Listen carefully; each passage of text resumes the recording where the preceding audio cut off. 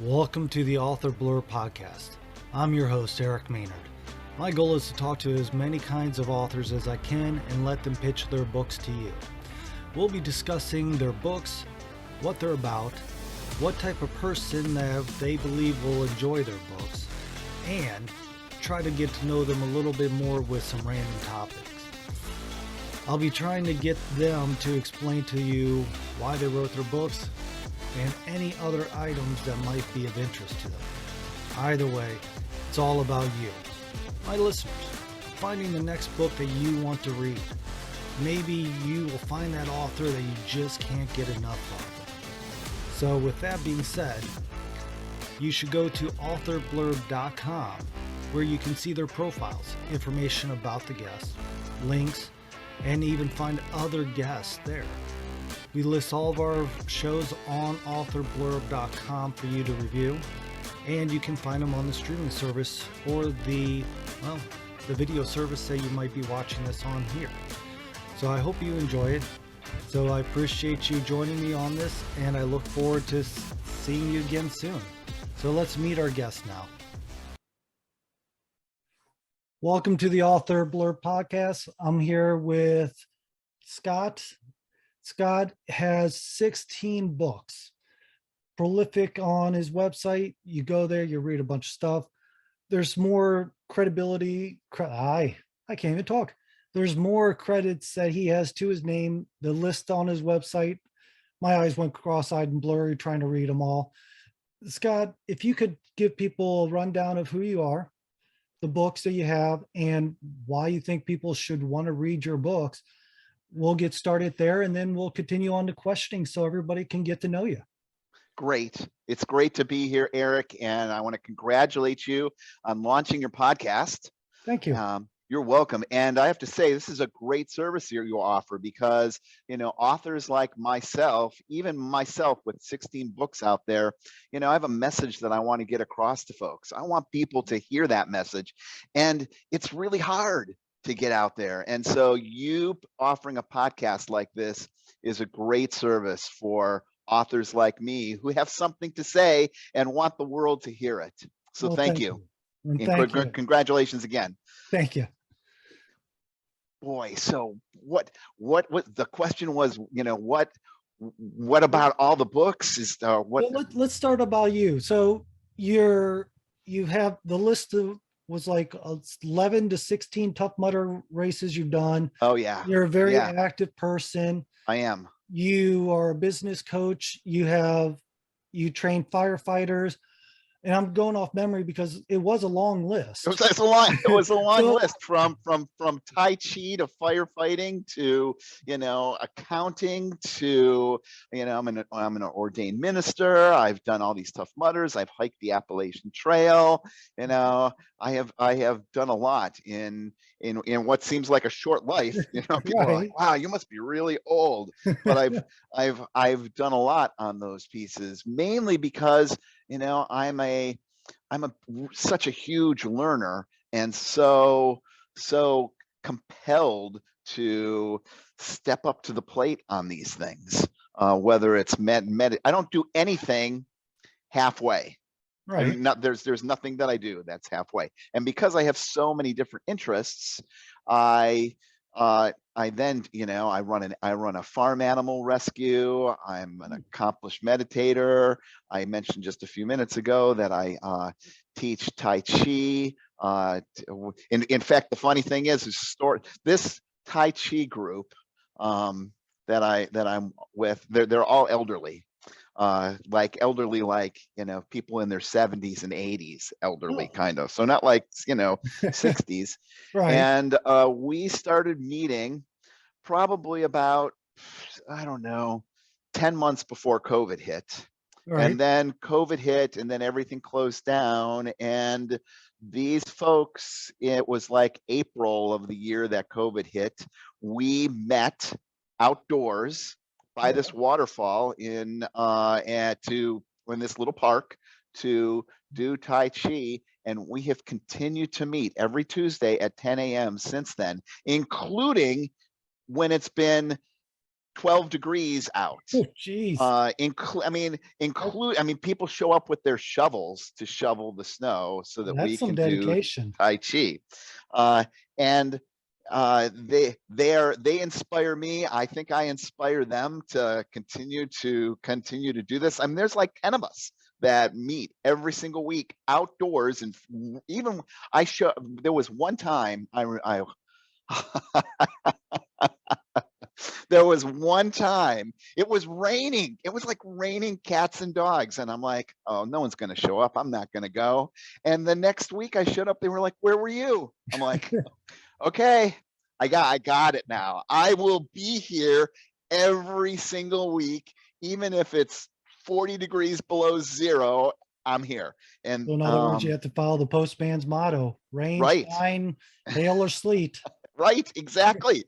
I mean, and so that experience with these 9 committed folks really parallels like my experience in my life and what I do. All It's right. not just this like halfway kind of thing, right? I Right. step up and I do it, and it's the same thing with all the books, which are all of there's a whole variety of books, just like I have a whole variety of things I do in my life. There's a variety of the things that the books are written on, from gardening Yep. of all things, to fixing up your LinkedIn profile, to grief and loss, to books that are written for counselors and coaches. I have a book on treatment planning Mhm. that's out there. There's a number of books that are very it's just a diversity of stuff, because I have a diversity of interests. Right. And I noticed that, like I said, on your website, long list of achievements, things that you've done. I was I was quite impressed with them myself. So now I've seen what kind you've done business coaching and life coach and all these different coaching types of things, the teaching firefighters. What led you into that? Because I feel like that is also a part into what your books are about, is taking the coaching that you're giving people and trying to get them motivated or do something. So for years I was working as I'm a licensed counselor, which a lot of coaches aren't. A lot of coaches just, I don't know, they used to be, people are going to be riled up when I say this. They used to be dog walkers, and now they're coaches because they took a Right. weekend course and now they're a coach. And Understand. so I know you people out there might be upset about this, and I apologize in advance, but it's the truth of the coaching field. Mm. All right, so now that I've said that piece and riled up folks, I had been working as a counselor and worked my way up to clinical supervisor and then program director for a big program for the Department of Corrections. And it just became really, I had what in the ebook, in the E-Myth, there's a term called entrepreneurial seizure, and I just had that, which was enough's enough. And Right. my spouse was getting coaching. He was a manager at Applebee's and was getting some coaching there, and said to me, you know what, you could do this. You could easily do this. I know what you do for work. We've been together, 15 years, and I know who you are and what you do. You could easily do this. And I'm like, yeah, but I'm afraid. Because Right. why don't people do things? Why don't people write books? Because they're Right. afraid. Why don't Exactly. I? I'm afraid. And I got really a lot of support and encouragement to take that action and take those steps.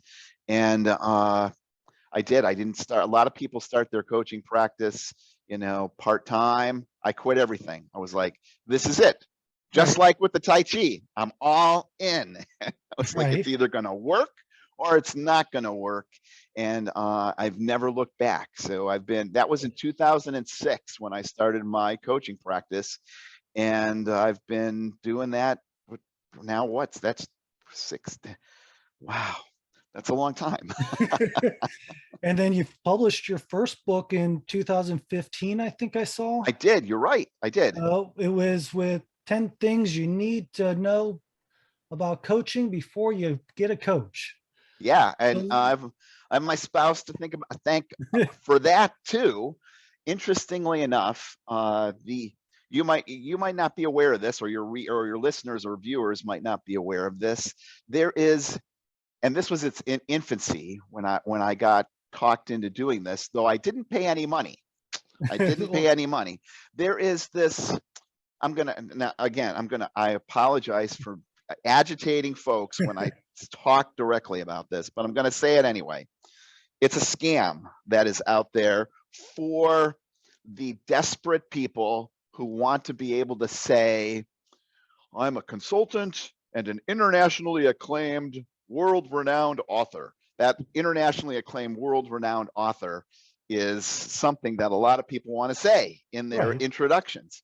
And there is this scam that's out there, and I know it's not a scam. I know it's real genuine stuff, but it is definitely a cottage industry, and that is where a company will go after 20 different people in a category, like 20 different restaurant owners, or in my case, in 2015, it was 20 different coaches, and they were just working out the kinks. Now they charge you $5,000-$10,000 to be an author in that book. So what you do is, for let's just say it's $5,000.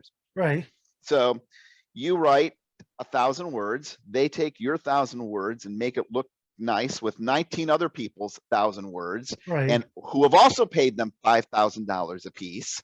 And then they put all these into a book, an ebook, separate chapters, and you get a little chapter. You get your picture on the back cover and a little blurb under your chapter about who you are, and that's it. And you pay sometimes $10,000. Maybe they hook you up with a Facebook page for the book, and people pay that money because they want to have that title after themselves. So in 2015, I was approached to write this chapter in a book, and it was a book about what people look for in coaches. And I think it's not even around anymore. It's not even around. It's gone, because it was this like marketing ploy. And after I ended up getting published, then they wanted more money. They wanted money for around this or that, add this interview, this thing. And I was like, I'm not doing it, because it was a gimmick. Like I said, that book's not even around anymore. And my spouse again said, you wrote a chapter. You wrote a chapter, Scott. If you wrote a chapter, you could write a book. And I was like, oh, I can't.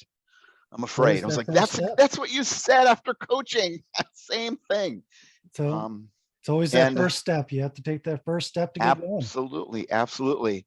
And so that's how that first book came to be. So let me ask this then. The book's still out there, still for sale.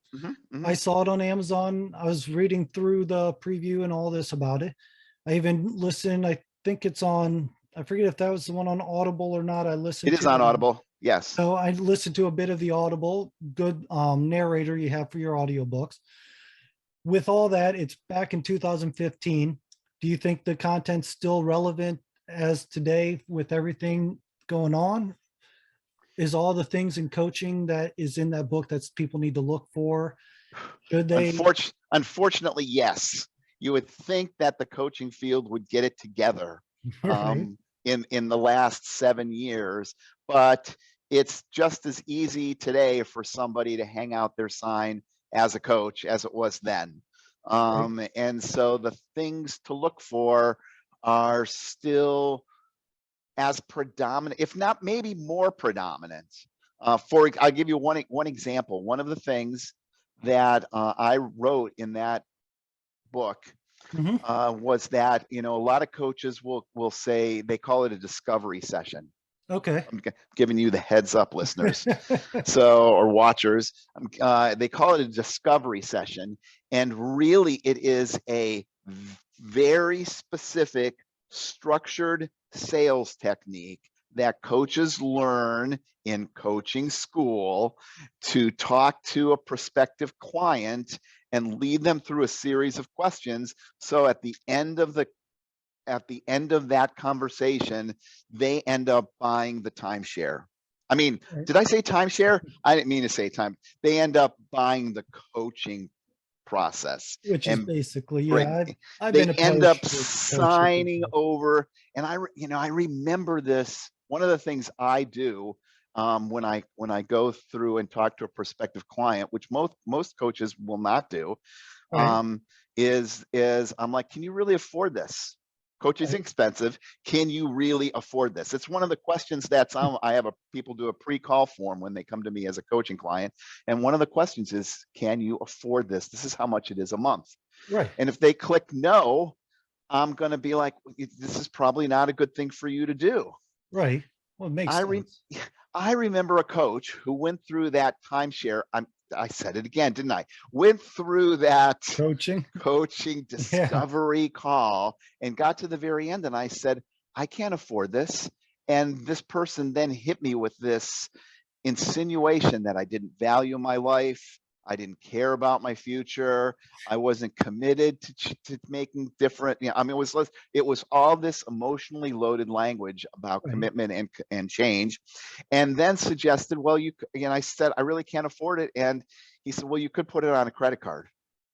Like, I would feel really bad Right. if somebody, and manipulative, if I convinced someone to do this and then they put it in on their credit card and then Pay the was interest and all this and couldn't afford yeah, it. and massively in debt after 6 months Right. or 10 months or whatever. So Right. And anyway, I'll admit, it's gotten when I worse. started off as an author, I had saw a lot of people, and I connected with a lot of people that would sit there and go, "Hey, I'll coach you to be a number one bestseller, international, et cetera, et cetera." And they're like, "Well, don't you want to be an author?" I'm like, "Well, I have the book. I just have to get it out." So yeah, I do understand that. And, Yeah, yeah. I've done restaurant design where I've been to meetings and one of my friends that he's a consultant for Uh-huh. restaurateurs. And one of the first things he says is, if you can't afford this, you're going to go broke before you open.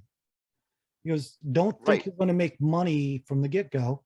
right. Or keep So shaking. yeah, I mean, I understand exactly what you're saying is you need to understand what you're getting into, which it Right. sounds like your book is trying to direct people into knowing that before they put their feet in and end up in a world of hurt because somebody. Absolutely. So, and then, so let's talk about some of your other books. Out of all your books, what is one of your favorite ones I mean, there's 16, so I imagine you have a couple to pick from. So, I do. It's interesting having trying to do the podcast route and talk to folks.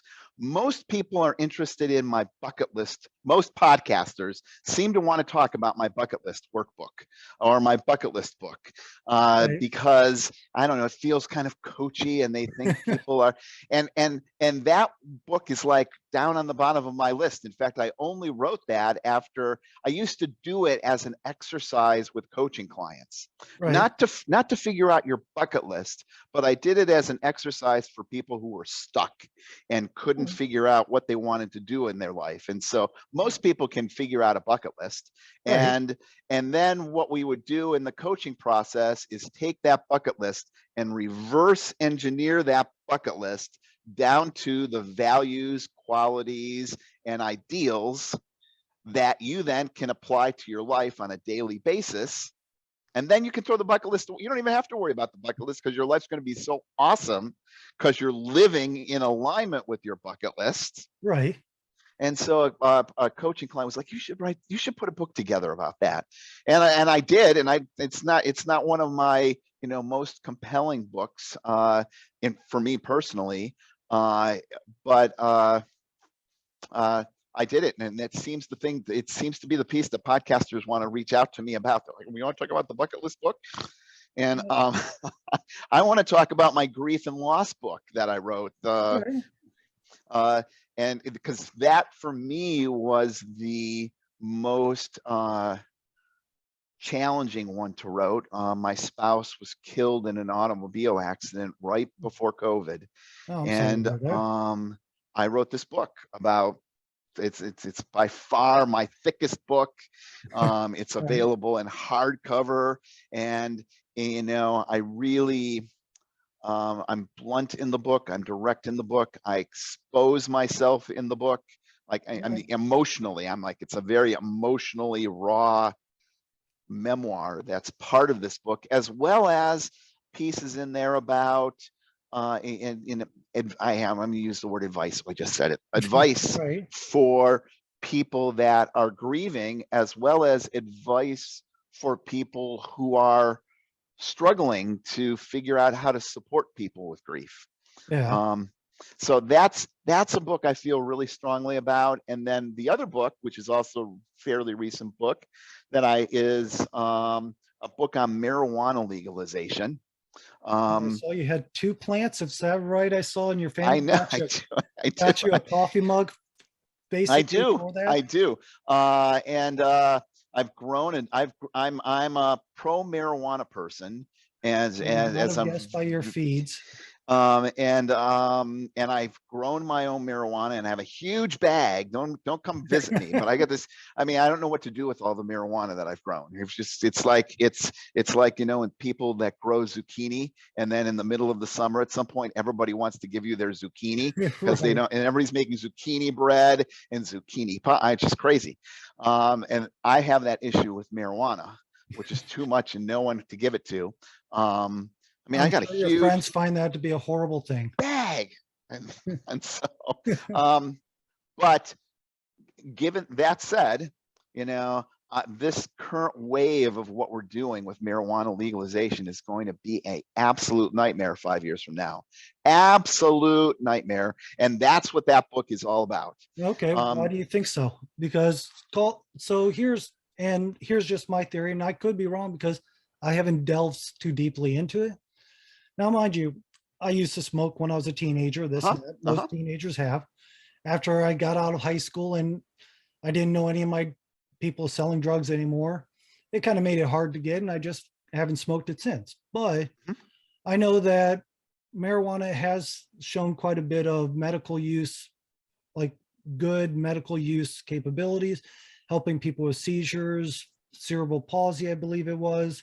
And again, I'm not 100% sure, but the medical use, I think, is fantastic for it. As far as I always look at it, and again, I'm not a pot smoker, so if you want to smoke pot, go for it. Just like if you want to drink, if you want to, whatever you want to do, it's your body, it's your whatever, enjoy it.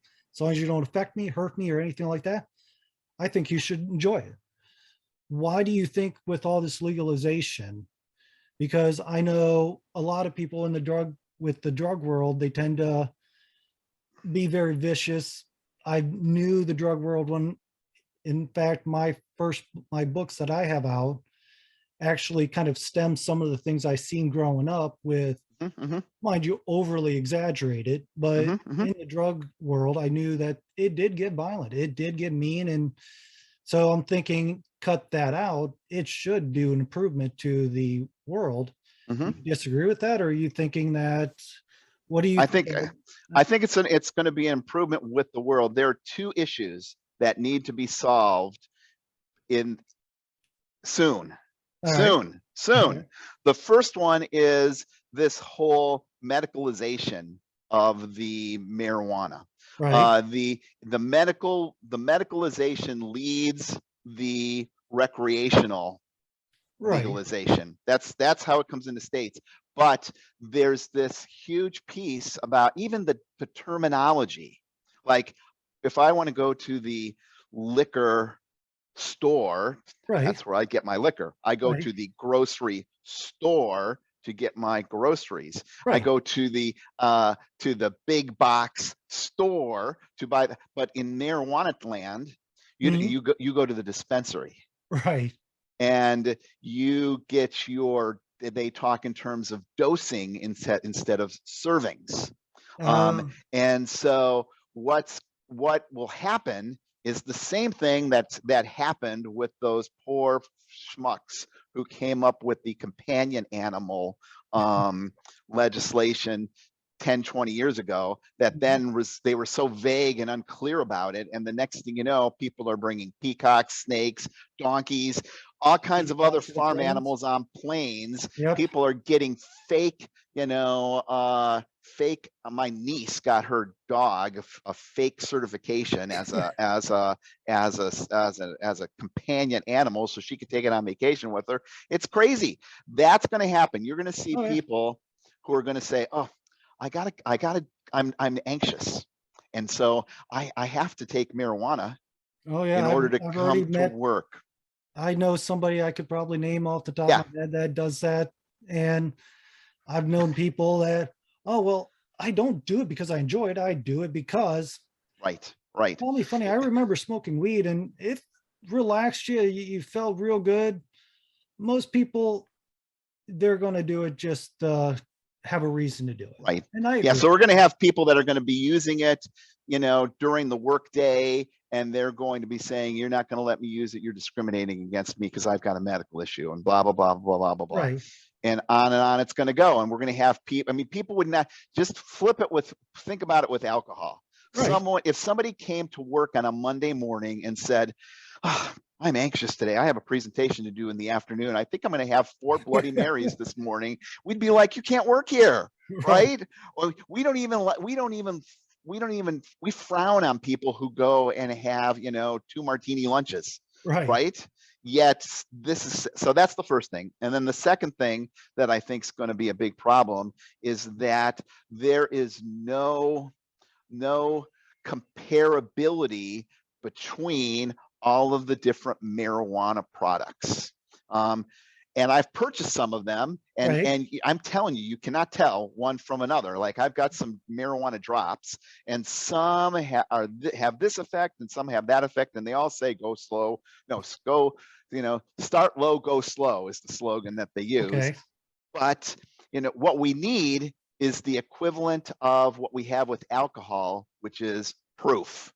We Right. know that one shot of alcohol Mhm. equals one beer equals one glass of wine, roughly. Right. Roughly. I understand Doctors, that. you can see on the news, oh, if you're drinking, 4 glasses of wine or 4 cocktails a day, that could be a problem. We don't have that for marijuana because we don't have any uniformity around what's in the product. Understand. And, as a plant, if it's just selling the weed as a plant format, I don't know how you do that, but I can see how you do it if it's in eye drops, like you said. And again, I have Yep. the littlest understanding of the market out there for it at this point because I've been so out of it for so long. Right. If you go to But the store, it should be clearly labeled and it should be comparable. So you know that this one is going to kick your butt twice as much as that one. right. And I do If think you that do it at makes sense. home, I make my own wine here at home. Yeah, so do And so, and I don't measure the proof. I mean, I don't I. label the bottles, No, it's just what it is. I was Right. going to say my bottles have duct tape on them. Right. Right. Yeah. I So call them, those are my those are the two beefs that I talk about in that book. okay. The one book that did catch my eye that you had was, let me remember the title properly, Get Off Your Ass and Mow the Grass. Yes. So, and I and I kind of slurred the one word just for the fact of, and I imagine most people know what I'm saying, but I am trying to keep this show clean. But and I don't know how many people would consider that a bad word or what so have you, but Right. nonetheless, that book actually caught my attention because I think, and to me, that was showing and trying to say, get up, don't be lazy, do your work, be motivated, find your motivation, if I understood it right. And to me, I think that's very prevalent in today where people, I know when I was working at another place not too long ago, finding people to work was a pain in the neck because people could sit home. At this Right. time, you have people that just don't want to work. You have people that do want to work. Right. And to me, that book was more to the people that, like in me, I've been working my whole life. Ever since I was 12 years old, that book actually caught my eye because it actually, to me, said, don't be lazy, get up, get going. And those are the kind of things like I want to teach my kids as they grow up. Right. Right. My son, I constantly yell at him. Mind you, and when I say yell, it's not yelling, but get up, quit being lazy, do this. Right. Get Right. Right. You're So challenging him. You're provoking him yeah, in a David Goggins kind of way. there you go. So, I mean, those things there. So you have a wide selection of books that sound like they cover a lot of fantastic topics. Yeah. And in all truth, I was planning on probably purchasing one or two of them myself when I get a chance to read. The problem is My wife doesn't allow me to actually buy any books until I read at least half of the four. Uh, I have four bookcases of books, and even some of the little floor space that I have in my huh? office is covered with books. So she's demanding that I read some more before I actually buy more. I can't really fault her for that, but I do have them on my list to buy some. Again, Get Off Your Ass and Mow the Grass is the one that is on the top of my list of yours. Well, Just that book is available on Audible, and I am happy to share with you. I've got a number of promo codes from Audible, and I will give you a promo code, and you can get the book from Audible for free and listen to it while you mow the grass through your headphones. oh, trust me, I have a lot of grass to mow, so I definitely will be using that. And I do appreciate that. So with all that, you have I see you're not very active on Twitter. I didn't check Facebook. You tweet every now and then. I tweet every now and then. Yeah. I, And and I actually just started that because I have a tweet for my coaching. I have a Twitter account for my coaching business. I okay. just set up a Twitter account for my authorship Right. because I'm working on getting a stronger knowledge graph and knowledge profile in Google. That's that little Okay. square box when when you type in Yeah. somebody's name, you get a little box on the right hand side sometimes that says who you are. Yep. I I have a know. box. I have a Okay. box, but Oh, it's not nice. a good, it's not a great box. It So you're just trying has to my name and a description. Um, and I'm trying to add things to it, and having a Twitter account is a way to add things to it. understand, and it's always a good thing. I mean, in today's world, you have to have a presence. You have to have people, and just like the author blurb podcast, we have a Twitter account that I have. I shouldn't say we, it's just me doing this right yet. But the fact is that I have a podcast Twitter account for it. I have my own and personal slash my authors, which I'm horrible about Twitter a lot of times myself. And I couldn't tell you the last time I've been on Facebook. So I do understand getting that social media presence can be kind of a pain in the neck. Right, right, right. So, okay, other than your books, what other books do you read? What kind of books do you find interesting that if you were going to tell somebody to look up, what is it that you read to give you your knowledge, to give you your drive, to give you your entertainment? Well, I can tell you that the Eric, the most recent book I read Uh-huh. was a book called Diet Lies and Weight Loss Truths.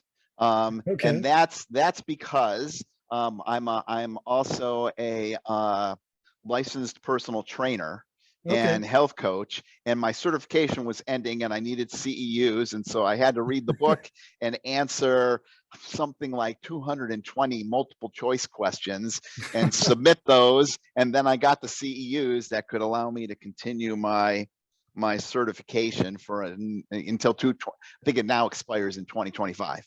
But the other most recently, I've been reading The Good Life, which is actually it's I think it's only available. I have the paperback version. Okay. It's written by Helen and Scott Nearing, which is kind of in the 1960s, 70s, off the grid, grow your own vegetables, get back to the earth. All right. Um, and I'm also reading. There's a book called Camping Grounds, which is it's a pretty good book. It's not a great book, but it's the only book out there that covers how I go camping a lot, and I've got a Okay. trailer. And more and more people are obviously going camping during COVID. You can't even Right. get campsites, believe it. What I hear. So, Nothing. Um, and so this book covers like the history of camping from the Civil War to the present. I mean, all it's right. kind of fascinating when you think about the people who tend to go camping. They Right. tend to be a certain socio class, certain look, certain race, all the whole nine yards. And it's interesting to read that history on how that all came about, and where our current camping fervor has Yeah. come from. Right? I mean, we didn't I'm have gonna have people to didn't look go that around up. in people didn't go around in campers. No. 60 years ago. There wasn't even campers 60 years ago, right? It was just, Well, you know, I was going to say I grew up camping in tents, so yeah. any more of my back I don't think can handle a tent. Yeah, I hear you. Although now some of the tents they have are instant pop-ups. They're like these jack-in-the-box things, and you throw them and they go into, you don't have to Yeah, mess with anything. yeah, my buddy's a Um, camper. I think he has one of those he was telling me about. Mine are still the old poles that you have to mess right. around with, and you curse and you hope your kid doesn't hear you, kind of a thing. And yeah, Yeah. Quite honestly, my favorite books that I tend to read and reread are yeah. comics. I love Okay. comics. So I which loved comics when I was a little kid, right? and I especially love them on the like I have a big Kindle. Okay. Like in one of the bigger Kindles, and they're on the Kindle now, and they kind of guide you through the comic scene by scene, and Hmm. I mean, it's just it's really great in on the digital medium. You can make it much bigger. Right. You don't have to worry about pages that have been tarnished or not inked up enough because it's. I love digital comics. Okay. I was going to say I have a ton of paper comics that I've gotten from the 90s growing up, just collecting them. Right. So which comic? So if you have to name your favorite comic right at this point, not overall, but right now, what would be your favorite comic? I really like the Watchmen Okay. and the Watchmen series, and I really like Guardians of the Galaxy See, I like on the Guardians Marvel of the side. Galaxies, but I grew What up are yours? well, I grew up with like the Flash and Fantastic Four. Uh huh. I was big into Marvel growing up. Uh So huh. the So you like oh all the Do you like all the Marvel movies? no. No. No, I hate to say it. They started off the first couple I liked, and then just something about it, then I just stopped watching them. But I've never been a big movie person to begin with. Mm-hmm. So Right. I do a lot more audio, like the audiobooks, I read a ton. Hint the reason I have 4 bookshelves full of books. Well, you'll But have an audiobook. I'll give you a couple. Like I said, I'll give you a couple audio links. You can get those free audiobooks and listen. Try and listen to the audiobook while you read a book. You can try it out. I don't know how well I'll be able to pull that off. So with that being said, I believe we're getting close to our time. Let me check. So with all that said, I've enjoyed our conversation. Definitely hope the next time you go to put out a book, you contact me so I can have you on so we can try to get more word out about it. So let everyone know, other than authorblurb.com, where I have a profile with all the information you've given me there, where else can people find you, or what's the best way for people to reach out to you if they want to ask you questions, contact you, or even find your books? Where do you suggest people find you? So my website, gscottgraham.com, is easy to find. Mm-hmm. And if you actually Google G period Scott Graham books, you will see all my books. Google, including a description of me and a description of the books, and you can get them on Amazon and Kobo and Google and Apple. And that's important for if you're authors that are out there that are thinking about coming on this show. Let me tell you, you need to get your books out there because Kindle only covers Yeah. 74% of the market. Oh And yeah. if you're like, well, I don't need to worry about that. Let me ask you this. If you had a job that was paying you $27.50 and somebody came and offered you $40 an hour to do the same job, would you Oh switch yeah. jobs?